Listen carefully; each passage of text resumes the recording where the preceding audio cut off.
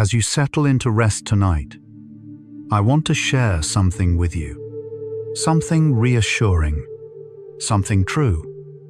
Your body comes equipped with a built-in peace system. The vagus nerve runs from your brain down to your heart like a direct hotline to calm. And it's been working for you your whole life, often without you even knowing it was there. So tonight, you don't have to try to relax. You don't have to force anything. Your body already knows the way. All you have to do is listen as I share 100 facts about the biology of finding calm. And perhaps, somewhere along the way, your body will remember what it already knows how to do. There's a nerve that runs from your brain all the way down through your body, touching your heart, your lungs, your gut. Scientists call it the vagus nerve. It's the 10th cranial nerve, the longest of all the cranial nerves, and it carries signals of calm throughout your entire system. This single nerve is like a highway for peace. When it's active, your heart slows, your breathing deepens, your muscles relax. It's your body's built-in pathway to rest.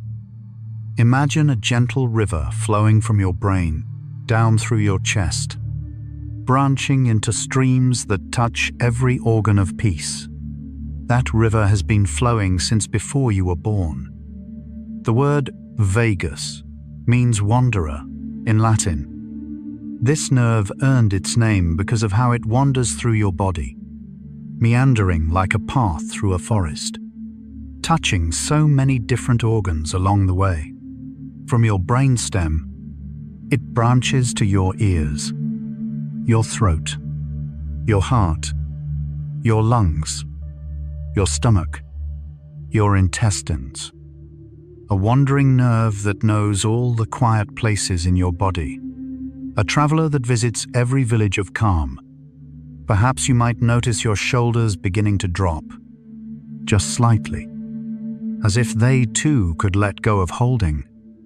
Your vagus nerve connects your brain directly to your gut.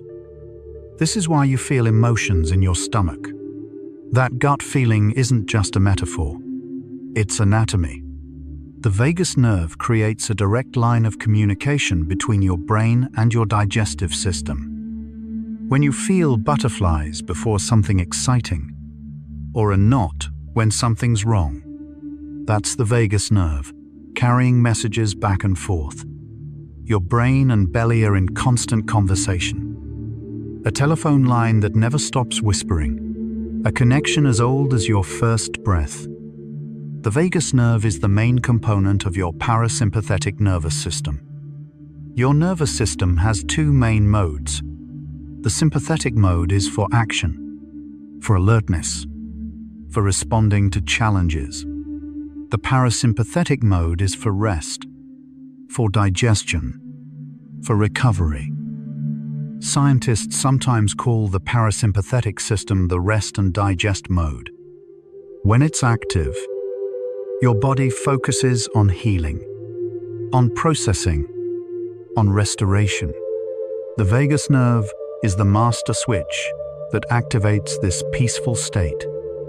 A switch that can be turned, a mode your body wants to enter. Like a garden that has been waiting for rain. 80% of the nerve fibers in the vagus nerve carry information from body to brain, not from brain to body. This means your vagus nerve is mostly listening, not speaking. It's gathering information from your organs, your gut, your heart, and sending reports upward to your brain. Your body is constantly telling your brain about its state. When your gut is calm, when your heart is steady, when your breathing is slow, the vagus nerve carries these messages of peace to your brain, and your brain responds accordingly. Your body has stories to tell. Your brain is always listening. A strong vagus nerve response is associated with feelings of calm and well-being. Scientists measure vagal activity through something called vagal tone. People with high vagal tone tend to be more resilient, more able to bounce back from stress, more capable of finding peace even in difficult circumstances. High vagal tone is like having strong roots. When the wind blows, you bend but don't break. When stress comes, you can return to calm more easily. A strength that grows quietly, a resilience that lives in your nerves. Perhaps you might notice your jaw softening, the muscles there releasing just a little. Vagal tone can be improved through practice. This is perhaps the most encouraging thing about the vagus nerve. Unlike some aspects of your biology that are fixed, vagal tone is trainable through certain practices, certain habits, certain ways of breathing and being. You can actually strengthen this nerve's response. Deep breathing, meditation, gentle exercise, social connection. All of these can improve vagal tone over time. The pathway to peace can be widened. A path that grows broader with use. A river that deepens as it flows. Your vagus nerve responds to your breath. Of all the ways to influence the vagus nerve, breathing is the most direct. When you breathe slowly and deeply, especially when you extend your exhale, you activate the vagus nerve directly. This is why deep breathing is so universally calming. It's not just relaxation, it's physiology. Your breath literally stimulates the nerve that creates peace. Each deep breath, a gentle massage for your calm nerve. Each exhale, an activation of your body's peace system, like water flowing over stones, smoothing them with time. The vagus nerve influences inflammation in your body. Researchers have discovered that the vagus nerve plays a role in regulating your immune system. When vagal tone is high, inflammation tends to be lower. When vagal tone is low, inflammation can run unchecked. This connection between calm and inflammation helps explain why chronic stress is so harmful to health, and why practices that promote relaxation can have such wide-ranging benefits. Peace reaching even to the level of your immune cells. Calm touching parts of you that you'll never see. Your vagus nerve is active right now. Even as you lie here, even as you listen to these words, your vagus nerve is working. It's monitoring your heart, influencing your breathing, managing your digestion. It's been doing this work every moment of your life. You don't have to tell it what to do. You don't have to consciously activate it. It's already there, already working, already carrying you toward rest. A quiet guardian that never sleeps. A companion that has been with you since the beginning. Perhaps you might notice your breath naturally beginning to slow, without any effort on your part. Your body has two branches of the autonomic nervous system. The sympathetic branch prepares you for action. It speeds your heart, quickens your breath, tenses your muscles. This is useful when you need to respond to challenges. The parasympathetic branch prepares you for rest. It slows your heart, deepens your breath, relaxes your muscles. This is the state of healing and recovery. Right now, in this moment, you're shifting toward the parasympathetic. Your body is remembering how to rest. Two systems in balance, two modes that take turns. And now, the turn toward peace. The sympathetic system is sometimes called the fight or flight response. When your brain perceives danger, real or imagined, the sympathetic system springs into action. Adrenaline surges, Heart rate increases. Blood flows to your muscles. You're ready to fight the threat or flee from it. This system evolved to keep you safe. It's been protecting humans for millions of years. But in modern life, it can be overactive, firing in response to emails and traffic and deadlines. Here, in this moment, there is no threat. Here, the fight can end. Like a soldier finally laying down arms. The parasympathetic system is sometimes called the rest and digest response. When your body feels safe, when there's no immediate threat, the parasympathetic system takes over. Energy shifts from defense to maintenance. Resources flow to digestion, to repair, to restoration. This is the state your body enters during deep sleep. This is the state where healing happens. This is the state you're moving toward now. A shift from defending to restoring, from vigilance to trust. Perhaps you might notice your stomach relaxing, softening, as if it too could let go. Your nervous system learns what state to be in. If you spend most of your time stressed, your nervous system learns to stay on alert. The sympathetic system becomes dominant. It becomes the default. But if you practice calm, if you regularly give your body experiences of safety and rest, your nervous system learns this too. The parasympathetic system becomes more accessible. Peace becomes easier to find. Your nervous system is always learning. Tonight, it's learning that rest is safe, like a plant that learns to lean toward light. Your ancestors' nervous systems helped them survive. The vigilance you sometimes feel, the alertness to potential threats, the difficulty fully relaxing, these aren't flaws. They're inheritances from ancestors who survived because they were cautious.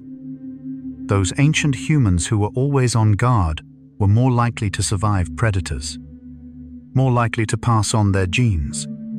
You carry their nervous systems within you, but you also carry their capacity for rest. After the hunt, after the danger passed, they too could relax by the fire. They too could find peace. Ancient alertness, ancient calm, both live in you. Safety signals shift your nervous system. Your body is constantly scanning for cues about whether the environment is safe or dangerous. These cues can shift your nervous system from sympathetic to parasympathetic. Warmth, soft lighting, comfortable surfaces, gentle sounds. These all signal safety. Lying in a dark room, hearing calm words, feeling supported. These are signals your body understands. Right now, your body is receiving safety signals. Right now, your nervous system is responding, like coming home after a long journey. Perhaps you might notice your forehead relaxing, any tension there beginning to smooth. Your heart rate is controlled by both branches of your nervous system. The sympathetic system speeds it up. The parasympathetic system slows it down. Your heart rate at any moment reflects the balance between these two systems. When you're truly relaxed, the parasympathetic system dominates, and your heart slows. It's not working as hard. It's resting, just as you are. A heart that matches your state. A rhythm that follows your peace. Your breathing is also controlled by both systems. Stress creates shallow, rapid breathing. Calm creates deep, slow breathing. This happens automatically, but it can also be influenced consciously. Of all the functions controlled by your autonomic nervous system, breathing is the one you have the most control over. You can choose to breathe slowly, And in doing so, you can influence all the other systems. A gateway between conscious and unconscious. A bridge you can walk anytime. Like a door that opens both ways. Your digestive system responds to your nervous system state. When you're stressed, digestion slows or stops. Your body diverts resources to more urgent matters. When you're calm, digestion proceeds smoothly. Your body can focus on processing and absorbing nutrients. This is why eating when stressed can cause digestive problems, and why relaxation after meals helps with digestion. Your gut waits for the signal that it's safe to work. A system that knows when to wait and when to work. A wisdom built into your biology. Your pupils respond to your nervous system state. In states of alertness, your pupils dilate, letting in more light, helping you scan for threats. In states of calm, your pupils constrict slightly, relaxing, no longer searching for danger. If your eyes are closed right now, you might notice a sense of ease in the muscles around your eyes. No need to look, no need to search. Everything you need is already here. Eyes that can finally rest. Vision that can finally soften. Perhaps you might let your eyelids feel heavier, sinking just a little more. Polyvagal theory offers a new understanding of your nervous system, developed by Dr. Stephen Porges. Polyvagal theory suggests that your nervous system has not just two states, but three. Beyond fight or flight and rest and digest, there's a third state of social engagement. This social engagement system allows you to feel safe with other people. It's what lets you relax in the presence of trusted friends. Even here, alone in the dark, you can access this system through connection, through my voice, through the sense that you are not alone. Connection as a pathway to calm, belonging as a form of safety. Neuroception is your body's detection of safety and danger. Your nervous system is constantly scanning for threat cues and safety cues, below the level of conscious awareness. Dr. Porges calls this neuroception. It's perception that happens in your nervous system, not in your conscious mind. You don't decide to feel safe or unsafe. Your body decides. Based on cues it processes automatically. But you can influence these cues. You can create environments and experiences that help your neuroception register safety. Something in you already knows. Something in you is always listening. Like roots that sense water long before leaves see rain. Your face and voice are connected to your calm system. The vagus nerve has branches that go to your face and throat. When you're in a state of social engagement, these branches help create the soft facial expressions and melodic voice tones that signal safety to others. And the reverse is true too. Relaxing your face, softening your voice, can help activate your calm system. The expression creates the experience. A face that relaxes, a system that follows, features that soften, peace that deepens. Perhaps you might let your face go completely soft now, as if you were melting. Co-regulation is how we help each other find calm. Humans are social creatures. Our nervous systems are designed to connect with each other, to influence each other. When a calm person is near an anxious person, the calm can spread. Nervous systems can synchronize. A parent soothing a baby. A friend sitting quietly with someone who is upset. A voice in the darkness, speaking slowly and softly. This is co-regulation. This is nervous systems helping each other. You are not alone in finding calm. You were never meant to be. Your nervous system was designed to find its way back to peace. After every stress response, your body wants to return to baseline. After every surge of adrenaline, there's a natural settling. The pendulum swings back. The wave returns to the sea. This is homeostasis, your body's drive toward balance. Your nervous system knows how to find rest. It's been doing it all your life. It just needs the conditions. It just needs the permission. And perhaps, right now, it's beginning to find that peace again. Like a bird that always knows the way home. Like a stream that always finds the sea. Your heart has its own nervous system. Deep within the muscle of your heart, there are about 40,000 neurons, specialized nerve cells that form what scientists sometimes call the little brain of the heart. This isn't just a poetic metaphor, it's anatomy. These neurons allow your heart to make certain decisions on its own, without waiting for instructions from your brain.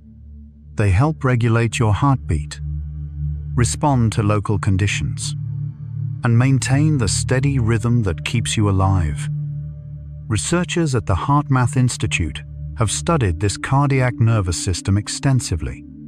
They've found that the heart doesn't just follow orders from the brain.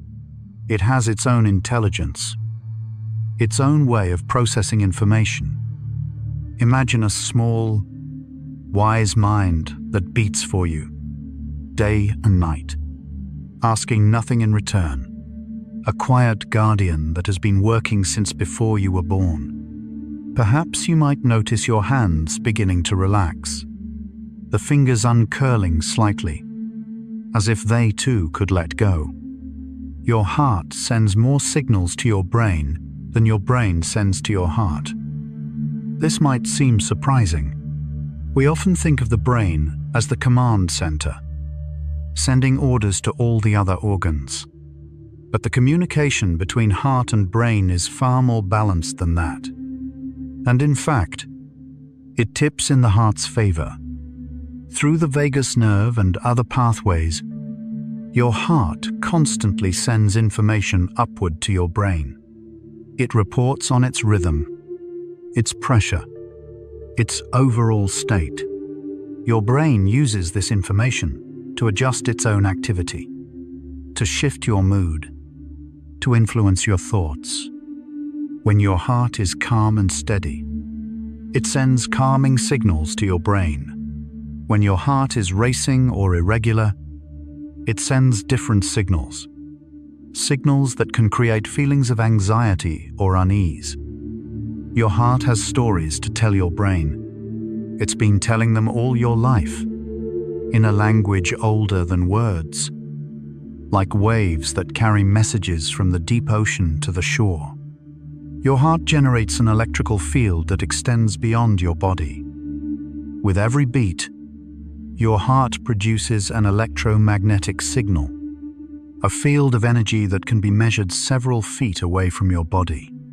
This field is about 100 times stronger than the electromagnetic field produced by your brain. Scientists can detect this field using sensitive instruments. They've found that it changes based on your emotional state.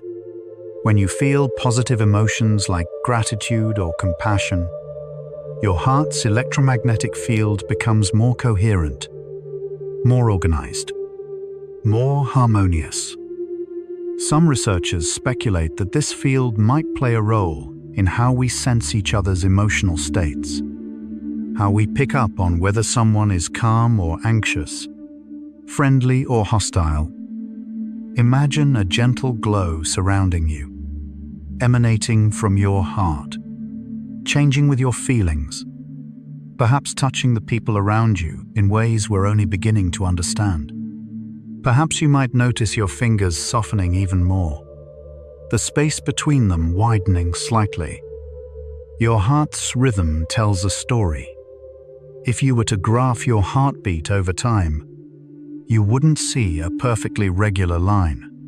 You'd see a pattern, sometimes smooth and wave-like, sometimes jagged and erratic. Scientists call this pattern your heart rhythm, and it reveals a great deal about your inner state. When you're stressed or anxious, your heart rhythm tends to be irregular, with sudden changes in speed and unpredictable variations. When you're calm and at peace, your heart rhythm tends to be smooth, with gentle, wave-like variations that flow in predictable patterns. Researchers have found that they can often tell how someone is feeling just by looking at their heart rhythm pattern. Joy, fear, gratitude, frustration. Each emotion leaves its own signature on the heart. Each beat a word in an ongoing poem. Each rhythm a sentence in the story of your inner life. Like tides that reveal the moon's position, even when the moon is hidden from view. Your heart never beats at exactly the same rate twice in a row. This might sound like a problem, but it's actually a sign of health. The time between one heartbeat and the next is always slightly different. Sometimes a little longer, sometimes a little shorter. This natural variation is called heart rate variability, or HRV. A healthy heart is a flexible heart, one that can speed up and slow down in response to changing demands. A heart that beats with mechanical precision, like a metronome, is actually a heart that has lost some of its adaptive capacity, like waves on the ocean, never quite identical, each one similar to the last, but never exactly the same, each one responding to conditions in the moment. Your heart has been doing this all your life, adjusting, adapting, varying its rhythm in response to 1,000 different signals. It's been flexible since the day you were born. Perhaps you might notice your arms becoming heavier, as if they could sink a little deeper into whatever is supporting them. More variation between heartbeats is actually healthy. This is counterintuitive.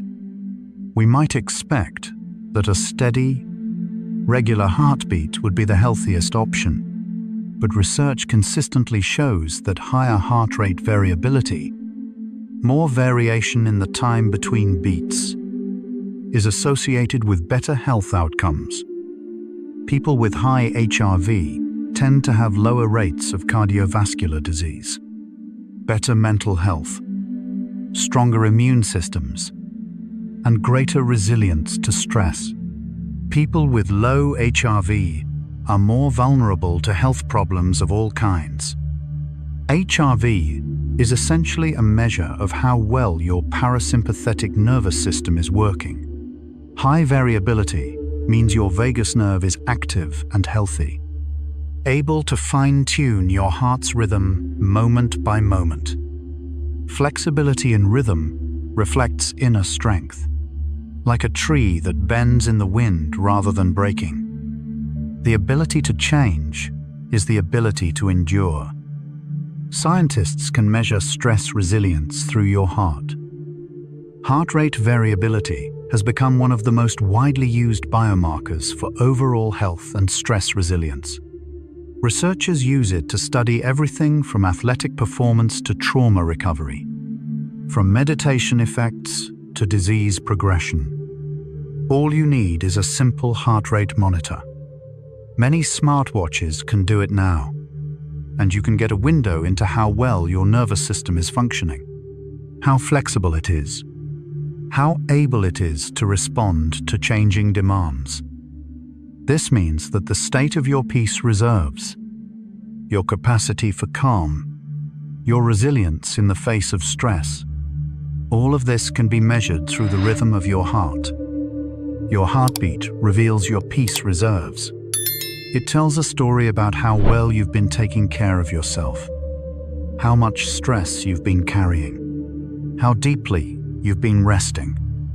Like reading the rings of a tree to understand the years it has lived through. Newborns naturally have high heart rate variability. Babies are born with strong vagal tone. Their hearts are flexible, responsive, able to shift quickly between different states. This is part of their biological inheritance.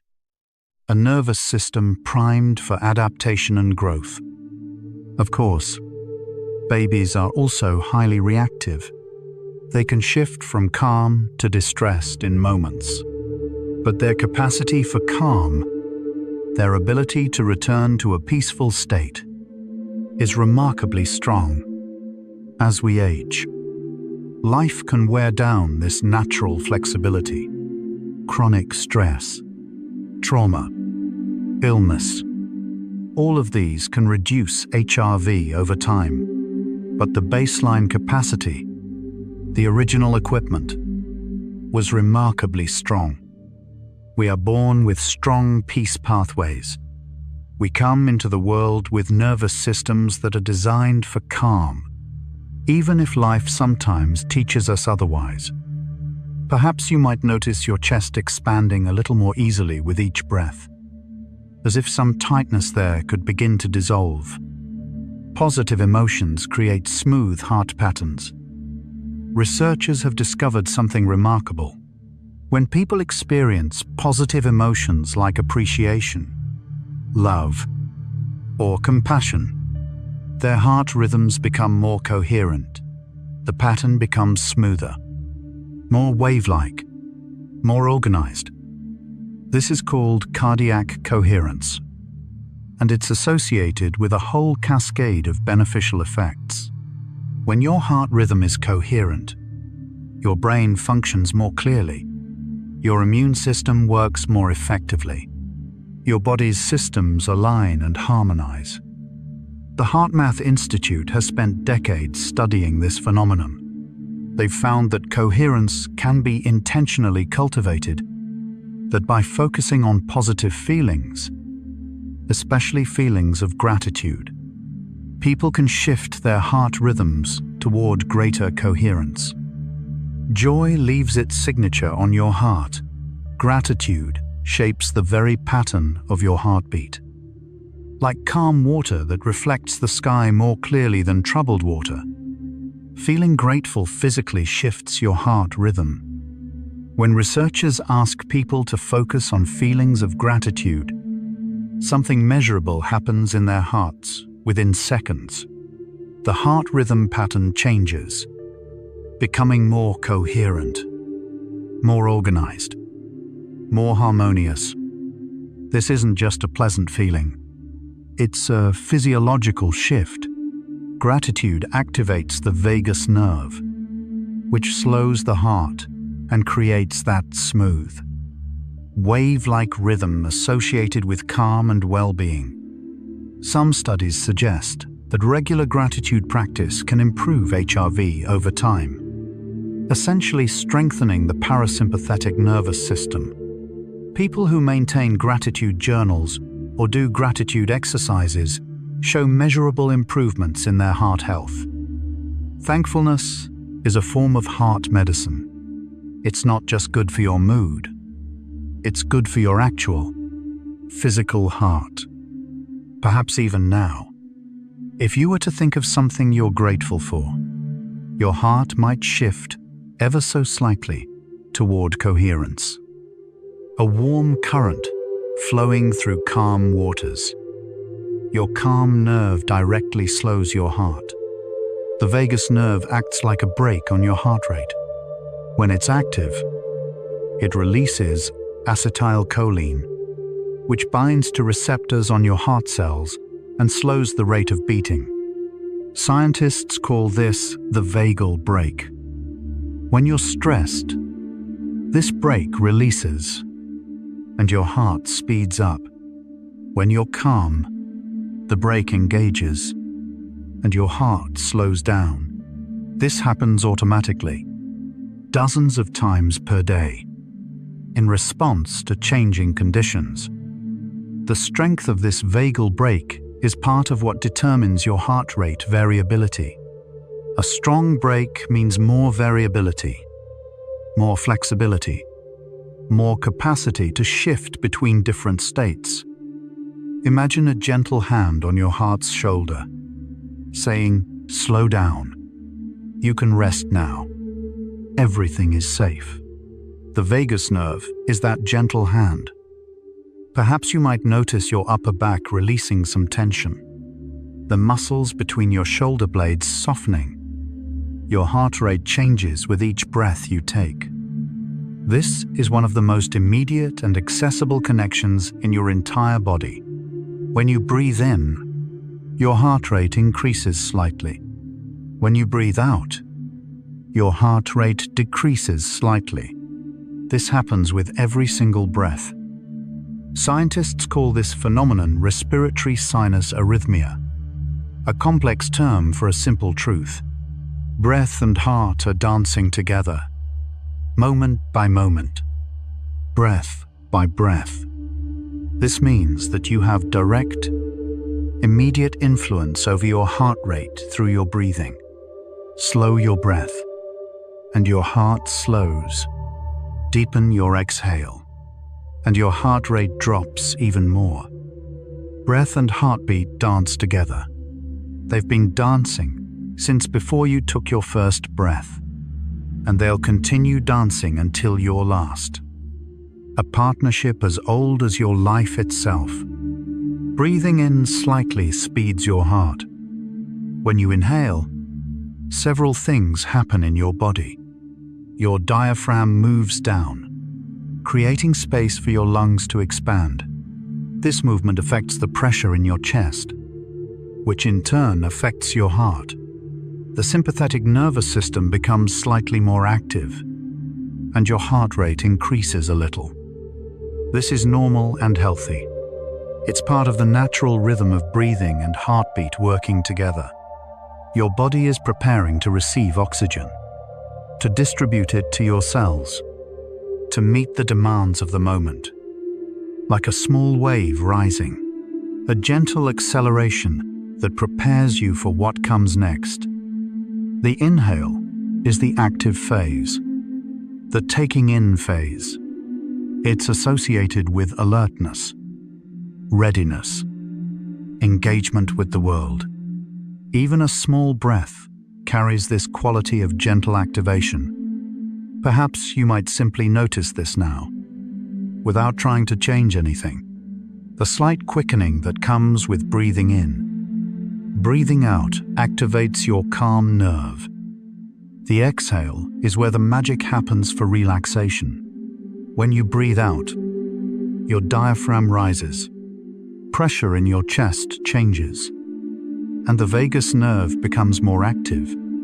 Your heart rate slows. Your body shifts toward rest. This is why so many relaxation techniques emphasize the exhale. Long, slow exhales directly activate the parasympathetic nervous system. They engage the vagal brake. They signal to your entire body that it's safe to relax. Some breathing techniques call for exhales that are twice as long as the inhales. Others suggest even longer exhales. The basic principle is always the same. More time breathing out means more vagal activation, more slowing, more calm. Each breath out, a release. Each exhale, a message to your heart that it can slow down now. Like waves receding from the shore, taking with them whatever needs to be let go. Your emotional state shapes your heart rhythm. This relationship goes both ways. Emotions affect your heart, and your heart affects your emotions. They're in constant conversation, constantly influencing each other. When you feel anxious or stressed, your heart rhythm becomes more erratic, with sudden changes and unpredictable patterns. When you feel calm and content, your heart rhythm becomes smoother, more coherent, more wave-like. But the reverse is also true. When your heart rhythm is erratic, you're more likely to feel anxious. When your heart rhythm is coherent, you're more likely to feel calm. It's a feedback loop that can spiral in either direction. Feelings flow through your heartbeat. Your emotions write themselves in the rhythm of your heart. Perhaps you might notice any tightness in your chest beginning to ease, as if the emotion held there could begin to soften. Anxiety creates jagged, irregular rhythms. When researchers look at heart rate patterns during anxious states, they see a characteristic signature. The rhythm becomes choppy, with sudden spikes and drops. The pattern loses its smooth, wave-like quality and becomes fragmented. This isn't just a measurement. It's a physiological state that perpetuates itself. The jagged heart rhythm sends signals to the brain that something is wrong, which increases anxiety, which further disrupts the heart rhythm. This is why anxiety can feel so physical. It's not just in your head, it's in your heart, literally changing the pattern of your heartbeat. But understanding this also points toward a solution. If you can shift your heart rhythm toward coherence, through breathing, through gratitude, through relaxation, your brain will receive different signals. The anxiety loop can be interrupted. Worry leaves its mark, but the mark doesn't have to be permanent. Calm creates smooth, wave-like rhythms. Just as anxiety has its characteristic pattern, so does peace. When people are genuinely calm, their heart rhythms show a smooth, gentle oscillation, rising and falling like waves on a peaceful sea. This pattern is called coherence, and it's associated with optimal functioning throughout the body. When your heart rhythm is coherent, your brain thinks more clearly, your immune system works more effectively, and your entire physiology aligns. The pattern of peace is not flat or unchanging. It's dynamic, alive, responsive, but smooth, like waves that have found their natural rhythm, neither too choppy nor too still. Serenity flows in gentle curves. It writes itself in the rhythm of a peaceful heart. Perhaps you might imagine your own heart finding this pattern now, settling into smooth, gentle waves. Your heart rhythm influences how clearly you think. This might seem like a strange claim, but it's well documented. When your heart rhythm is coherent, blood flow to your brain is more optimal, and neural activity becomes more organized. You think more clearly, make better decisions, and access creativity more easily. When your heart rhythm is erratic, the opposite happens. Blood flow patterns change, neural activity becomes disorganized, and cognitive function suffers. It's harder to concentrate, harder to remember things, harder to solve problems. This is another reason why managing stress is so important for mental performance. It's not just about feeling better, it's about thinking better. A peaceful heart supports a peaceful, clear mind. The ancient idea that wisdom resides in the heart turns out to have a biological basis. Your heart really does influence your mind, like calm water that reflects clearly, while troubled water distorts everything it shows. Heart patterns can be intentionally shifted. This is perhaps the most empowering finding in all of heart research. You're not stuck with whatever heart rhythm pattern you currently have. Through practice, through intention, through specific techniques, you can train your heart toward greater coherence. Biofeedback devices can show you your heart rhythm in real time, allowing you to experiment with what shifts it toward coherence. Breathing techniques, gratitude exercises, meditation practices. All of these can influence your heart rhythm. Over time, with regular practice, your baseline heart rhythm can actually change. Your vagal tone can improve. Your heart rate variability can increase. The pattern of peace can become more accessible, more automatic. You can teach your heart new rhythms. You can train your nervous system toward greater calm. Perhaps each moment of rest is a kind of training. Each breath, a small lesson in peace.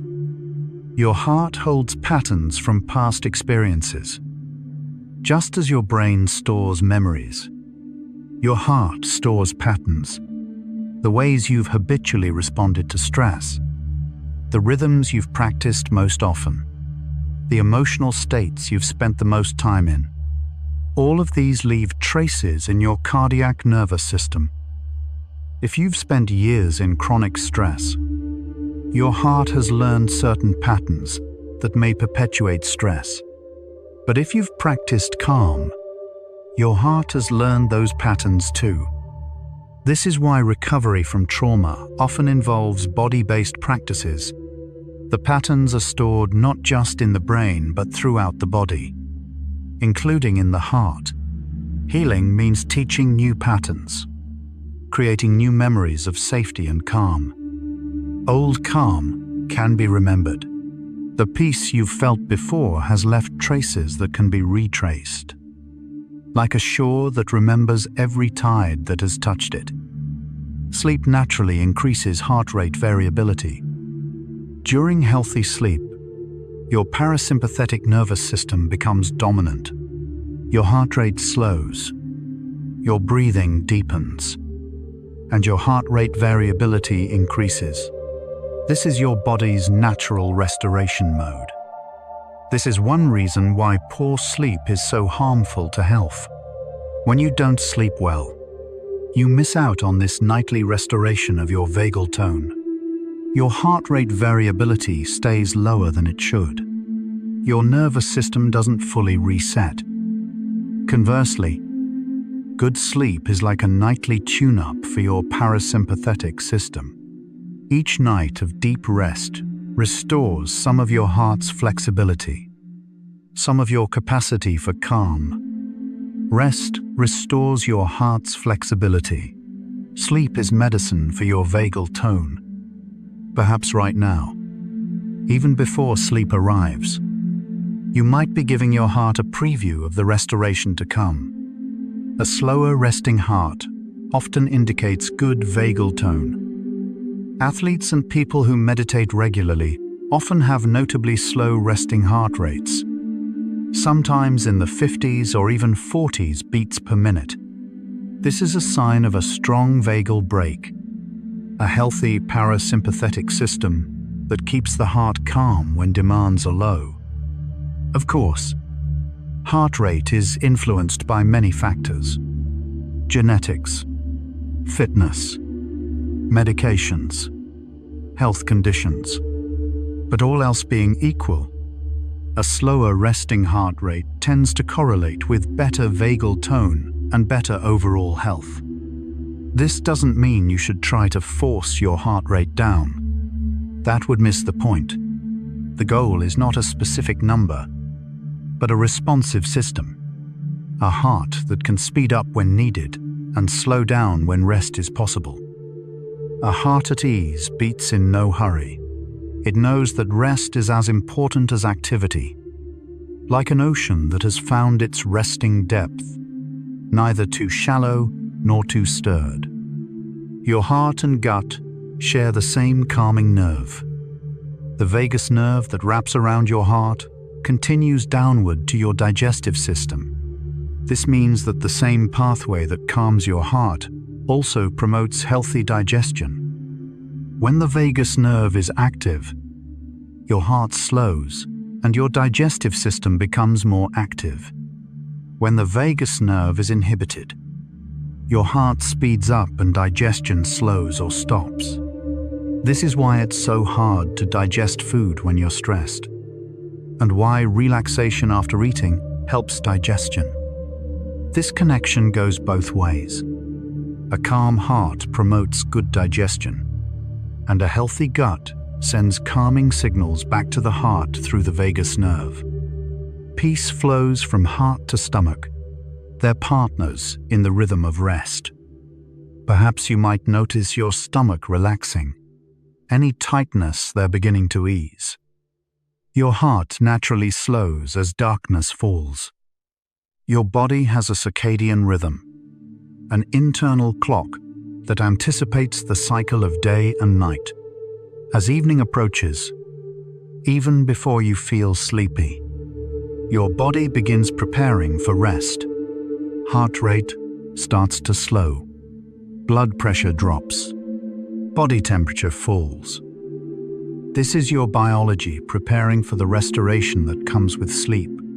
Your heart is anticipating the night, shifting toward the rhythms of rest.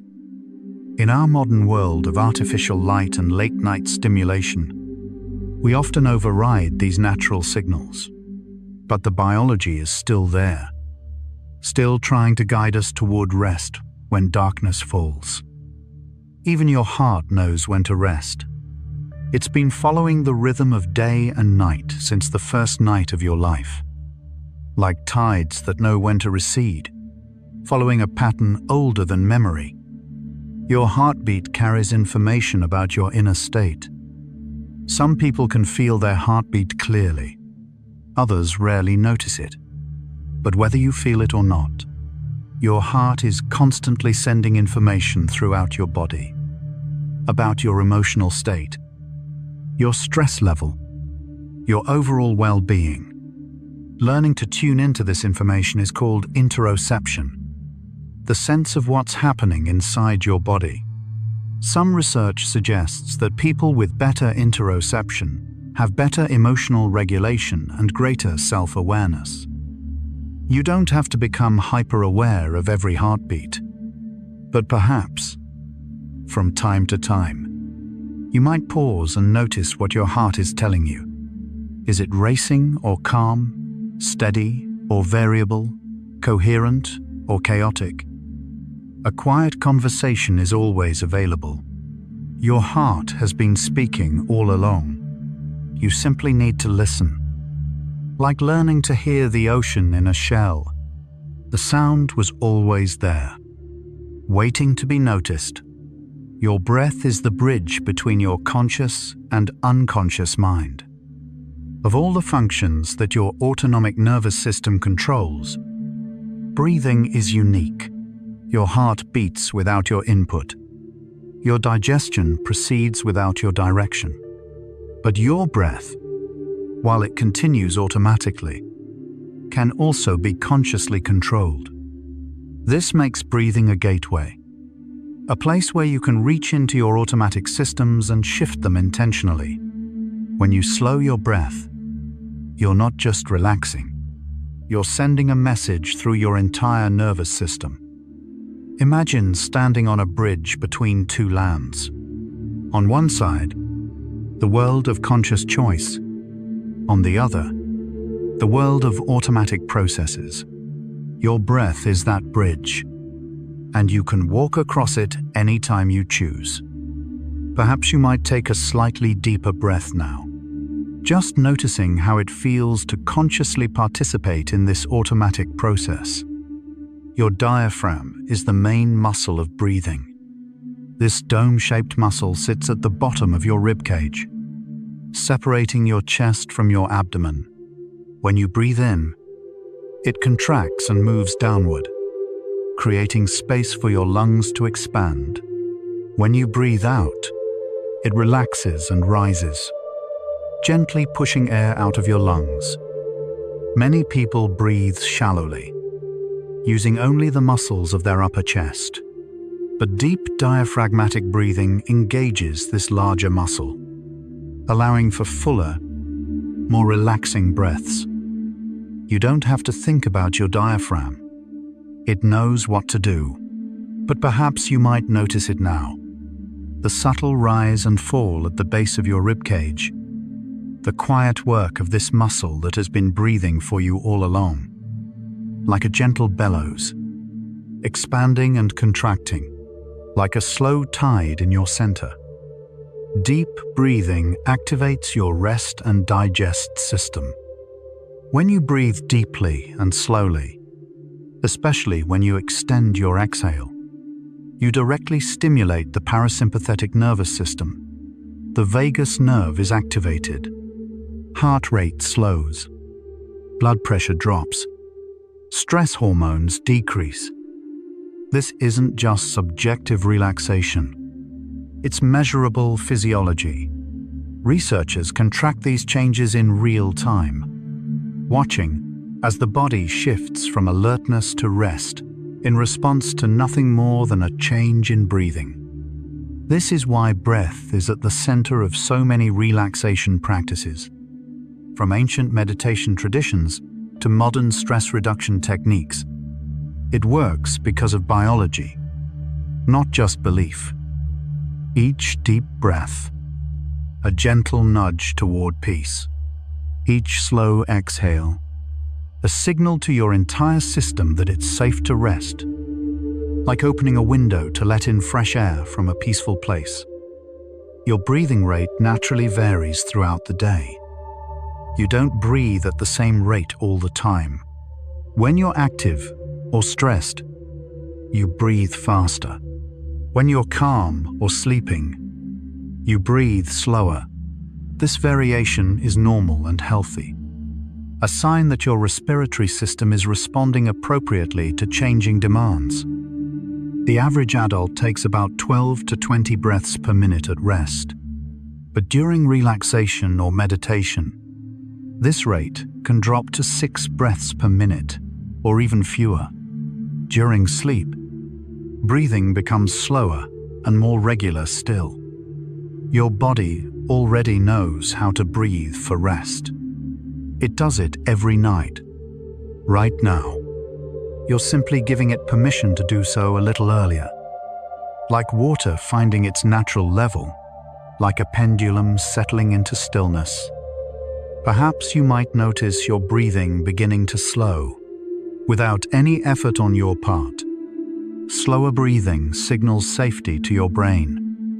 Your brain monitors your breathing rate as one of many cues about your current situation. Fast, shallow breathing suggests threat or exertion. Slow, deep breathing suggests safety and rest. When you deliberately slow your breathing, you're essentially telling your brain that everything is okay. There's no danger here, no need for alertness. The situation is calm enough for slow breathing, so the brain can relax its vigilance. This is a kind of biofeedback in reverse. Instead of your mental state determining your breathing influences your mental state. The body-mind communication flows both ways.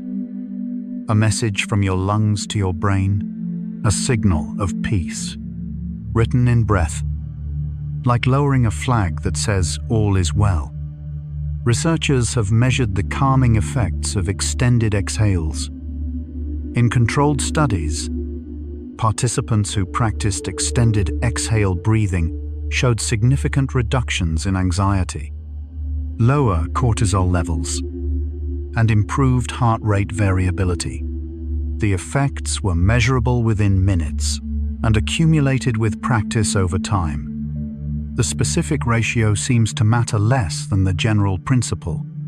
Whether you exhale for twice as long as you inhale, or simply make your exhale slightly longer, the parasympathetic activation occurs. Some researchers call this the physiological sigh, a pattern of breathing that humans and many other mammals naturally use to reset the nervous system after stress. 2 short inhales followed by a long exhale. Your body already knows this pattern. It uses it automatically after crying or intense emotion. Science confirming what the body already knows. Research catching up to ancient wisdom. Like discovering that a familiar path leads exactly where you hoped. Perhaps your exhales might naturally become just a little longer now, without trying. Your lungs have a resting position. At the end of a normal exhale, your lungs aren't empty. They contain what's called the functional residual capacity, about 2.5 liters of air that remains after a relaxed breath out. This is your lungs' natural resting point. You don't have to forcefully empty your lungs to relax. You simply have to let go, allowing them to return to this natural resting position. The exhale is a release, not a push. Think of it like releasing a held breath without effort, like a balloon slowly deflating, like tension flowing out and dissipating into the air. Your body knows where rest is. Your lungs know how to find it. Breathing through your nose activates different responses than mouth breathing. Your nose is designed for breathing. It filters, warms, and humidifies the air before it reaches your lungs. But it does more than that. Nasal breathing also produces nitric oxide, a molecule that helps blood vessels dilate and improves oxygen absorption. Mouth breathing bypasses these benefits. It can also trigger more of a stress response, as the body associates mouth breathing with exertion or threat. For relaxation, nasal breathing is generally more effective. The slower pace required by the narrower nasal passages naturally encourages a calmer breathing rhythm. If your nose is clear, you might let your breath flow through it now. Cool air in, warm air out. A natural filter and calming mechanism built right into your face. Like a gentle doorway that prepares each breath for its journey inward. Your breath carries carbon dioxide out of your body. With each exhale, you release carbon dioxide, a waste product of your cell's metabolism. This gas dissolves in your blood and is carried to your lungs. Where it crosses into the air you breathe out. This exchange happens continuously, day and night, breath after breath. You've released billions of exhales in your lifetime, each one carrying away what your body no longer needs. There's something satisfying in this. Each breath out is a letting go, a release of what has been used, a clearing of space for what comes next. Perhaps you might think of your exhale as releasing more than just carbon dioxide. Releasing tension, releasing worry, releasing whatever you no longer need to carry. Like leaves falling from a tree, like water flowing downstream. Oxygen travels from your lungs to every cell in your body. With each inhale, oxygen enters your lungs and crosses into your bloodstream. Red blood cells pick it up and carry it through your arteries, branching into smaller and smaller vessels until they reach the capillaries, the tiniest blood vessels, where oxygen is delivered to individual cells. This journey takes only seconds. The oxygen you just breathed in is already spreading throughout your body, reaching your brain, your heart, your fingertips, your toes. You don't have to direct this process. It happens automatically, guided by gradients and pressures and the intricate design of your circulatory system. Each breath, a gift to every cell. Each inhale, nourishment spreading through your entire being. Like sunlight reaching every leaf of a tree. Like water finding every root in the garden. Perhaps you might imagine this oxygen spreading through you now, reaching places that need rest and restoration. Your body has been breathing for you your whole life. Before you were born, your lungs filled with fluid. Then, in the moments after birth, they filled with air for the first time, and you took your first breath. Since that moment, your respiratory system has been working continuously, day and night, waking and sleeping. You don't have to remember to breathe. You don't have to decide to take each breath. Your brain stem handles this automatically, adjusting your breathing rate to match your needs without any conscious input. This is a profound kind of care. Your body breathing for you, keeping you alive, asking nothing in return. A gift that has been given every moment since the moment you were born. A faithful companion that never leaves. A rhythm that has been with you through everything. Sighing is a natural reset for your breathing. You've probably noticed that you occasionally take a deep breath and let it out with a sigh. This isn't a sign of frustration or boredom. It's a physiological reset.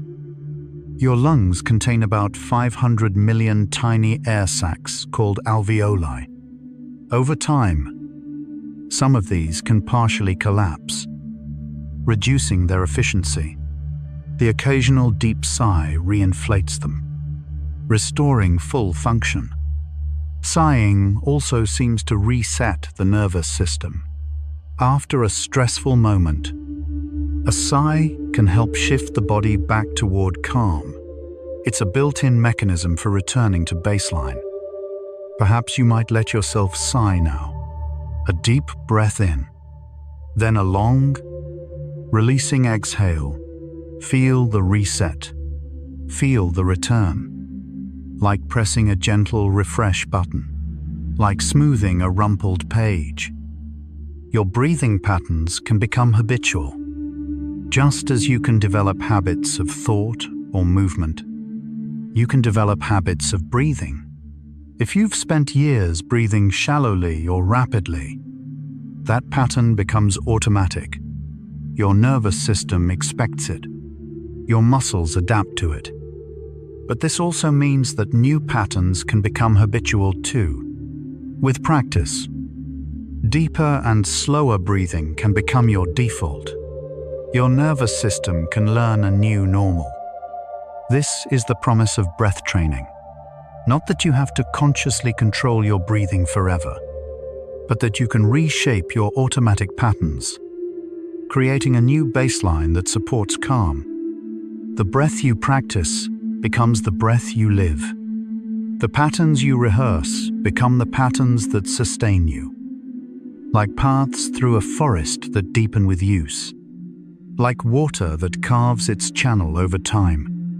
Your breath connects you to the air around you. With each inhale, you draw in air that was just outside your body. With each exhale, you release air that was just inside your body. This exchange happens continuously, an ongoing conversation between your inner world and the outer world. The air you're breathing now has been breathed by countless others before you. The oxygen was released by plants, perhaps in a forest across the world. The molecules have traveled through time and space to reach you here. Now, in this moment, you are not separate from the world around you. Your breath is the reminder, the continuous exchange, the flowing connection that never stops. Like waves that are both part of the ocean and distinct from it. Like clouds that form from the sea and return to it again. Perhaps you might feel yourself as part of this larger flow, breathing with the world, connected to everything that breathes. Your body breathes more slowly as you fall asleep. As sleep approaches, your breathing naturally changes. It becomes slower, deeper, more regular. The pauses between exhale and inhale lengthen. The rhythm becomes gentler. This is one of the signs your body uses to signal that sleep is near. When your breathing shifts to this slower pattern, your brain knows that the conditions for sleep are being met. By breathing slowly now, you're essentially mimicking the breathing of sleep. You're sending a message to your brain that sleep is appropriate, that the conditions are right, that it's safe to let go. The breath of sleep, rehearsed while still awake, a dress rehearsal for the rest to come, like twilight preparing the way for night, like the world growing quieter as evening falls. Meditation traditions have known about breath's power for thousands of years. In Hindu traditions, pranayama practices use breath to cultivate different states of consciousness. In Buddhist traditions, mindfulness of breathing is a foundational meditation technique. In Taoist traditions, breath is seen as the bridge between body and spirit. These ancient practitioners didn't have modern scientific instruments. They couldn't measure heart rate variability or vagal tone, but through careful observation and practice over centuries, they discovered the same truths that science is now confirming.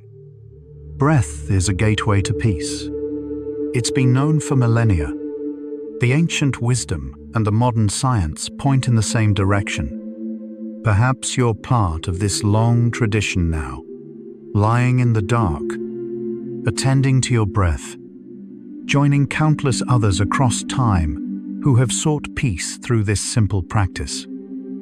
A lineage of peace seekers, a tradition as old as breath itself. Your breath can be an anchor for your attention. When your mind wanders to worries about tomorrow or memories of yesterday, your breath is always here. It's happening now, in this moment. It's always available as a place to return to. This is why so many meditation techniques use breath as an anchor. Not because there's anything magical about breath, but because it's always present, always happening, always now. You don't have to stop your thoughts. You don't have to empty your mind. You simply notice when your attention has wandered and gently return it to your breath, again and again, as many times as needed. An anchor that holds you in the present, a home you can always return to, like a lighthouse that's always shining, like a North Star that never moves. Perhaps you might rest your attention lightly on your breath now, not controlling it, just noticing, just being with it. Each breath is unique and will never happen again. The breath you just took has never been taken before and will never be taken again.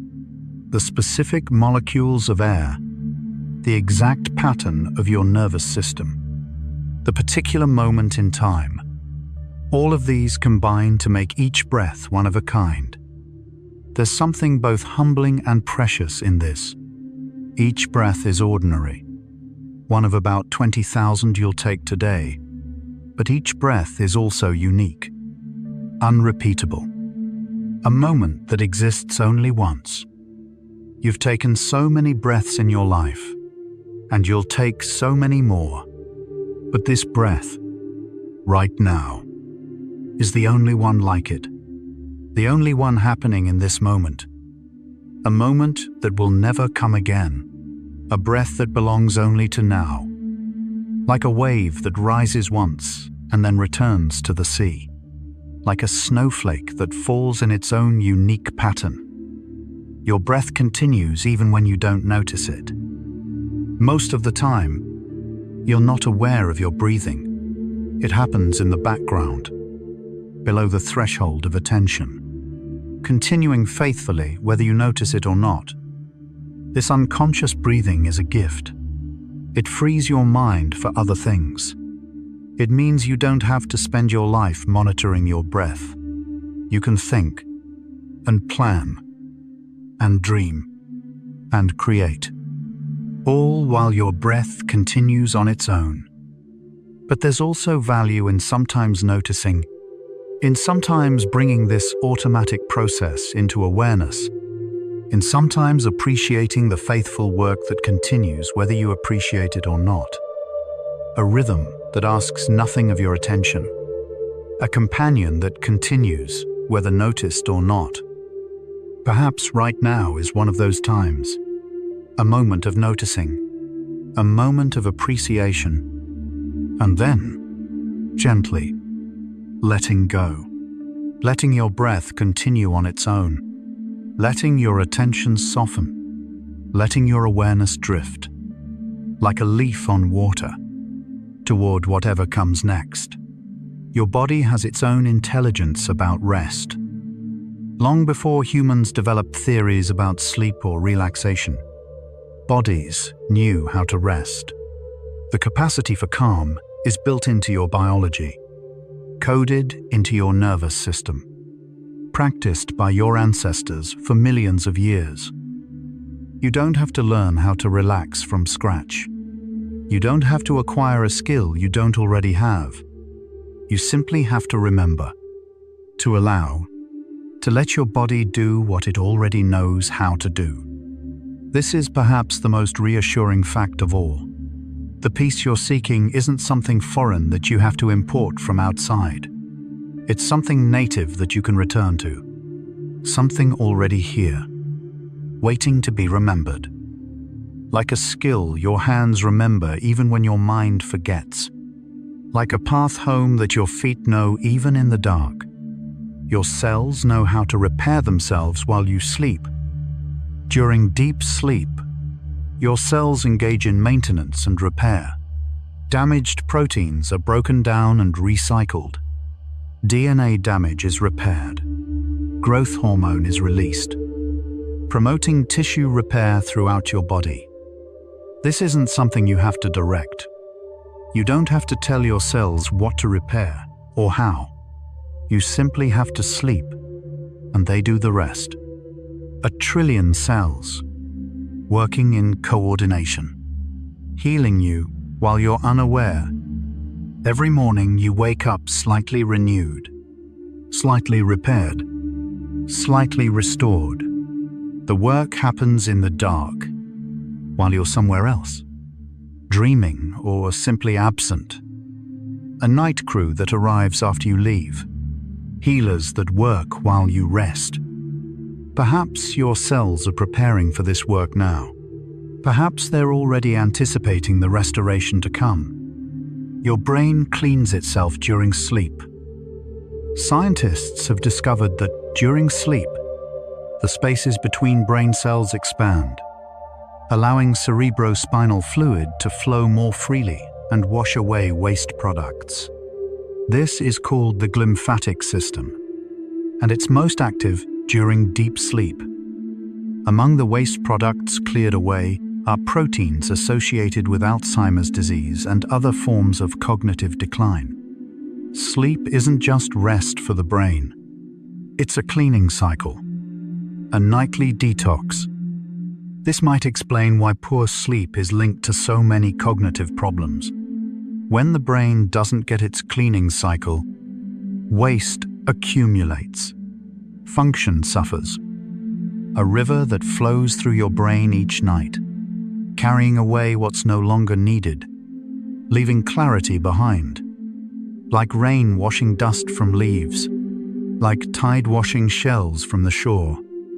Your body temperature naturally drops as you prepare for sleep. As evening approaches, your core body temperature begins to fall. This is part of your circadian rhythm, your internal clock that anticipates the cycle of day and night. This temperature drop signals to your body that sleep is approaching. It's one of the cues your brain uses to prepare for rest. A cooler body temperature is associated with deeper, more restorative sleep. This is why a slightly cool room often helps with sleep. It supports what your body is already trying to do. It aligns with the natural temperature rhythm that carries you toward rest. Perhaps you might notice a comfortable coolness now, a temperature that supports your body's journey towards sleep. Like the air cooling as evening falls, like the world settling into its night temperature. Your muscles naturally relax as you enter deeper sleep. During the deeper stages of sleep, your muscle tone decreases significantly. This is called muscle atonia, and it serves an important purpose. It prevents you from acting out your dreams, keeping you safely still while your mind wanders through sleep's landscapes. But even before deep sleep arrives, your muscles begin to let go. As you relax, as you prepare for sleep, the tension held in your muscles gradually releases. You might notice this happening now. The muscles of your face softening, your shoulders dropping, your hands uncurling, your whole body finding its way toward the stillness of sleep. A gradual letting go, a progressive release, each muscle remembering how to rest. Like snow settling on quiet ground, like leaves coming to rest after falling. Your body produces sleep-promoting chemicals naturally. Melatonin rises as darkness falls, promoting drowsiness.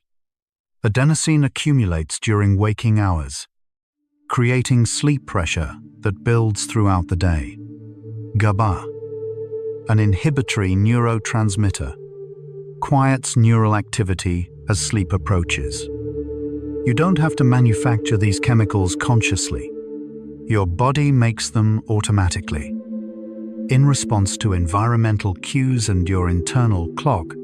Right now, these sleep-promoting substances may already be circulating through your system, preparing you for rest. Chemistry working in your favor. Biology supporting your journey towards sleep. Like helpers arriving before you even ask. Like preparation happening behind the scenes. Perhaps you can feel their effect now. A gentle drowsiness. A comfortable heaviness. The chemistry of sleep beginning its work. Your brainwaves naturally slow as you fall asleep. When you're awake and alert, your brain produces fast, irregular, beta waves. As you relax, these shift to slower, more regular alpha waves. As you drift towards sleep, alpha gives way to even slower theta waves. And in deep sleep, your brain produces the slowest waves of all, the long, rolling delta waves. This progression happens naturally. You don't have to make your brain waves slow down. They do it on their own as conditions become right for sleep. Perhaps your brain is already beginning this journey. Perhaps alpha waves are already giving way to theta. Perhaps the slowing has already begun. Like the tempo of a song gradually decreasing. Like footsteps slowing as you approach your destination. Your eyes naturally tire as sleep approaches. You've probably noticed that as you become sleepy, your eyes feel heavy. Your eyelids want to close. Looking at things requires more effort. This is your body preparing for the visual darkness of sleep. Your eye muscles are relaxing. Your brain is reducing the resources devoted to visual processing. Everything is shifting toward a state where sight will not be needed. With your eyes closed now, you're already in alignment with this shift, already giving your visual system permission to rest, already in the darkness where sleep naturally occurs. Eyes that can finally close, a visual system that can finally rest. Like curtains drawing closed at the end of a day, like a gentle dimming toward night. Your sense of hearing remains partially active during sleep, unlike your eyes, which close completely during sleep. Your ears remain somewhat open. This makes evolutionary sense. Your ancestors needed to be able to hear approaching danger even while sleeping. But the brain filters incoming sounds during sleep, responding only to those that seem significant, familiar, Consistent sounds are largely ignored. Only unusual or important sounds make it through to awareness. This is why you can sleep through consistent background noise, but wake to an unfamiliar sound. Why a parent can sleep through traffic but wake to their child's cry. Your sleeping brain is still listening, still filtering, still protecting you. A guardian that doesn't fully sleep. A watchful protector that lets safe sounds pass. Perhaps my voice is becoming one of those safe sounds. Consistent, familiar, something your brain can let fade into the background of rest. Your body has different stages of sleep. Sleep isn't a uniform state. Throughout the night, you cycle through different stages, each with its own characteristics and functions. Light sleep is the transition zone, where you drift in and out of sleep. Deep sleep, also called slow wave sleep, is when physical restoration is most active. REM sleep, when most dreaming occurs, is when memory consolidation and emotional processing happen. These stages cycle throughout the night, typically in 90-minute intervals. Your body knows this rhythm. It's been cycling through these stages every night of your life. You don't have to manage these cycles consciously. You simply have to sleep, and your brain navigates the stages on its own. Architecture built into your biology, a structure that supports you without your awareness. Like chapters in a book you don't have to turn. Like movements in a symphony that flow on their own. Your dreams serve purposes we don't fully understand. Every night, your brain creates elaborate experiences while you sleep. Characters, stories, settings, emotions, all generated from within, playing out on the inner stage of your sleeping mind. Researchers believe dreams may serve multiple functions: processing emotions from the day, consolidating memories, working through problems, integrating experiences into your larger sense of self. But much about dreams remains mysterious.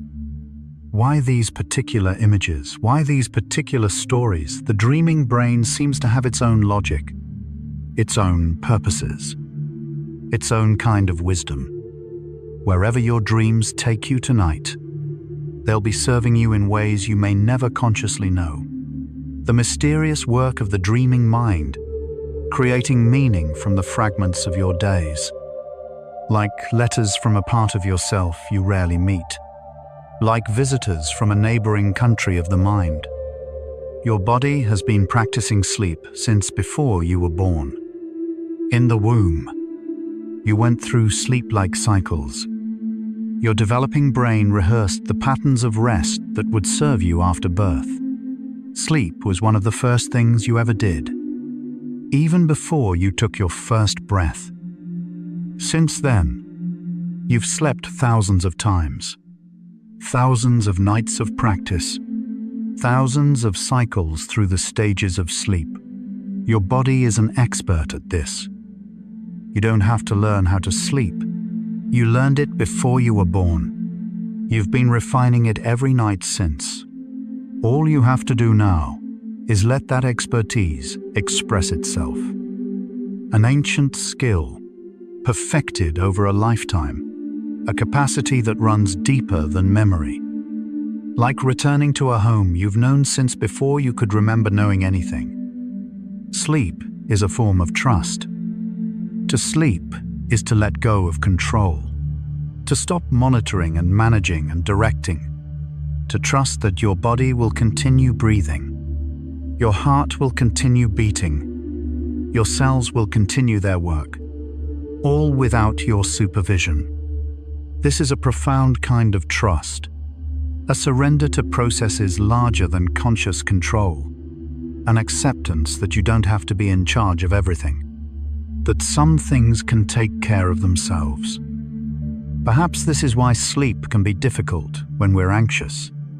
Anxiety is a failure of trust, a belief that we must remain vigilant because something might go wrong. Sleep asks us to set that vigilance aside. But your body is trustworthy. It's been taking care of you all along. It will continue taking care of you while you sleep. You can let go. You can trust. Like releasing your grip on something you've been holding too tightly. Like trusting the water to hold you up as you float. You don't have to do sleep. You simply have to allow it. This might be the most important thing to remember. Sleep isn't an achievement. It isn't something you accomplish through effort. It's something you allow by releasing effort. The harder you try to sleep, often the more elusive it becomes. But when you stop trying, when you simply create the conditions and then let go, sleep comes on its own. You've done your part. You've created the conditions. Darkness, comfort, safety, stillness. Now there's nothing more to do. Nothing to achieve. Nothing to make happen. Simply allow. Simply let go. Simply trust the process that has been carrying you towards sleep since before you knew what sleep was. Like a river that doesn't try to reach the sea. Like a leaf that doesn't try to fall. Like the night that doesn't try to be dark. The peace you've been hearing about, it's here now. Through these 100 facts, you've heard about the vagus nerve and heart coherence, about breath and brainwaves, about the biology of finding calm. These aren't distant abstractions. They're happening in you, right now. Your vagus nerve is active. Your heart is finding its rhythm. Your breath is carrying you toward rest. Your brain is beginning its journey through the stages of sleep. All the peace you've heard about, it isn't somewhere else. It isn't in the future. It isn't something you have to find. It's here. It's now. It's you. A body designed for rest. A nervous system that knows the way home. A peace that has been waiting for you to remember it. And now, perhaps, you are remembering. Perhaps you are already there. Your body knows what to do next. You don't have to figure out how to fall asleep. You don't have to manage the transition from waking to sleeping. Your body has done this thousands of times. It knows every step of the journey. All that remains is to let it happen, to allow the natural process that has been carrying humans into sleep since the first human closed their eyes under the stars. The facts are finished. The voice will quiet, but your body's wisdom continues. Trust it. Let it carry you. Let the biology of finding calm complete its work. Sleep well. Rest deeply. Peace is already here.